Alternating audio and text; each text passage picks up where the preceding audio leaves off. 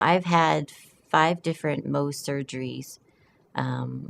It's where they go in and they take pieces of the skin and freeze it, put it under a microscope, and kind of map out the cancer and just go from there. They just keep cutting away until the cancer is gone. It's every so many months going back into the doctors and seeing another spot that they need to remove. And in my case, it's been back to back, one after another. The best way to describe it is like when you're a teenager and you get a pimple and you're gonna go to the prom or you're gonna go something you just can't believe. There's this boy you like at school, and a pimple shows up. But see, when you become an adult, the difference is every time this little thing shows up on the skin, we know what it is.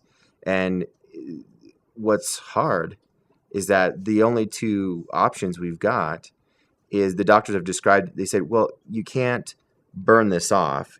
Typically, at least the kind that she has, you can't just take the liquid nitrogen and burn it off because it just comes back. He's tried that with her before. So he says, you got two options. He said, well, we can give you this chemotherapy on your skin that's going to burn it down as low as though you're a burn victim. Your skin will all just fall off. Or I can cut on you until it's gone.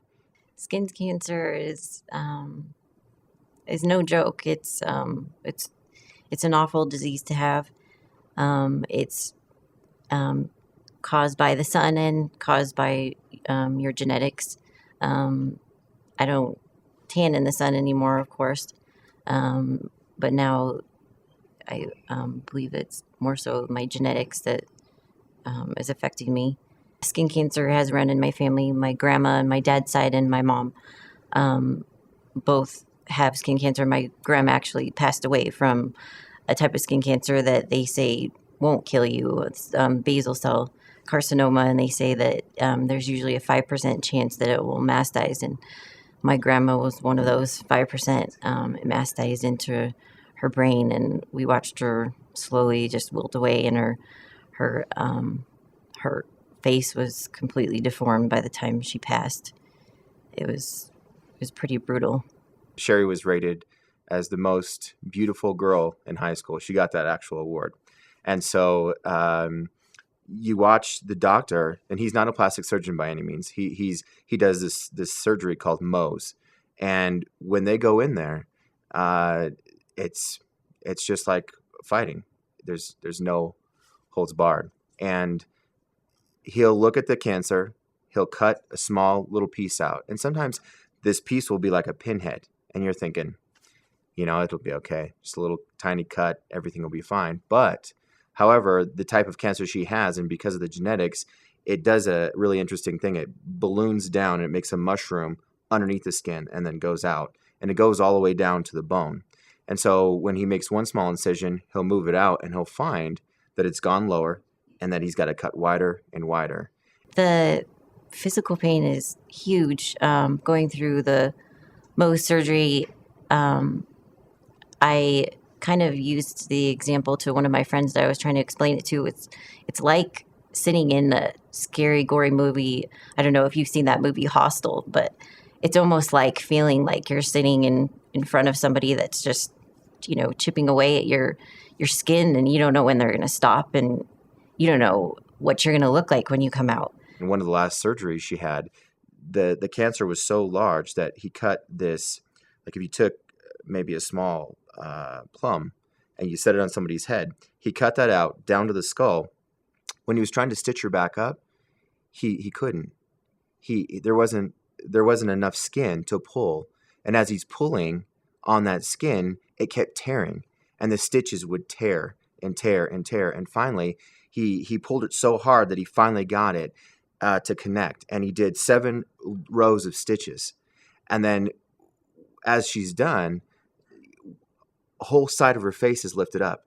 Her eyebrow on one side is higher now, and the pressure was so massive on the back of the skull because of the skin.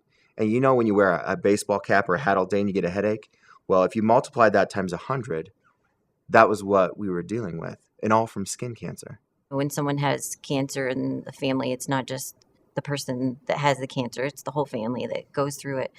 And I slowly, have watched that over time, just with my emotions and dealing with the ups and downs and watching the kids have to, see all this and see mom struggle so much with having to go through it.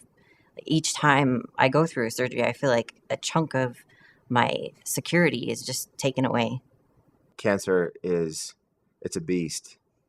It'll come at you from different angles that you never thought, and it'll push your marriage every which way, in every direction where you never thought it could go. And you have to pull out every bit of grace and strength and forgiveness that you have from God in order to see through to the end goal. It's definitely made me realize how important my husband is. He's been my rock through everything. Um, when, I feel like I'm just alone and no one else is there, he's been there. No matter what kind of cancer you get, people tend to look at it and say, well, that really sucks. I feel for you. I'll pray for you.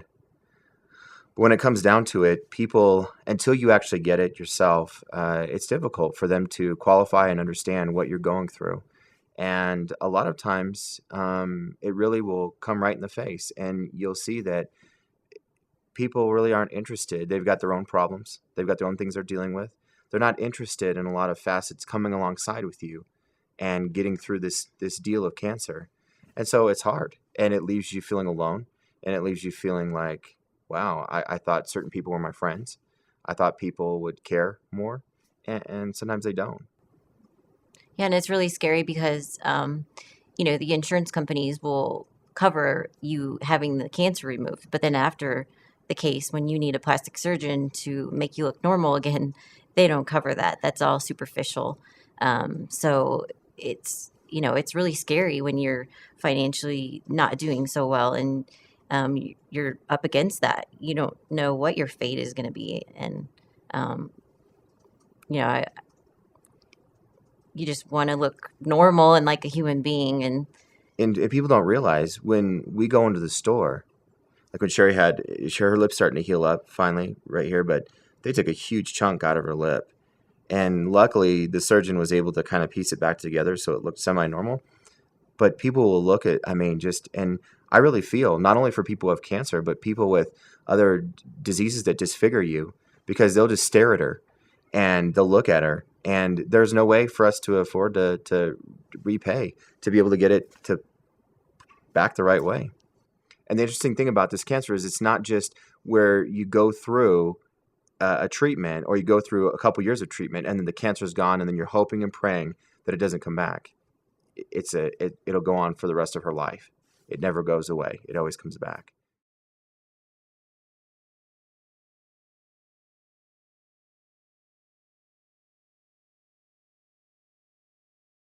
Jim, he's a good guy. He's what I call one of the good old boys. He's there.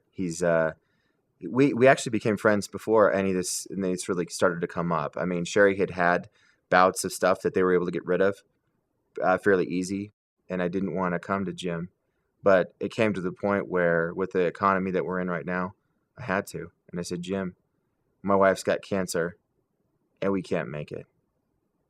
We can't make it financially. We can't make it right now, man. I said, I need your help.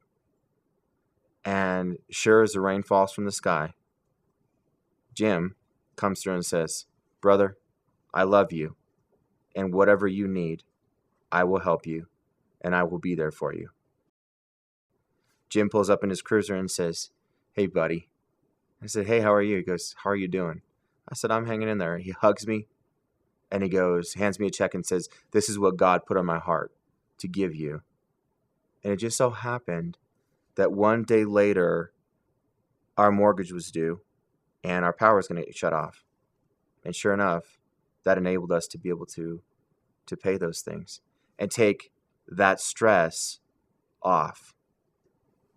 it was such a nice, fresh breath of air to know that there was someone, we were praying all the time, and it was almost like God just answered our prayer through Jim, because you know, not everybody knew what we were struggling with, and to think that anyone would give money or their time to helping fight cancer, I just feel blessed, because I know that there's people in my position and far worse than I am, that need the help.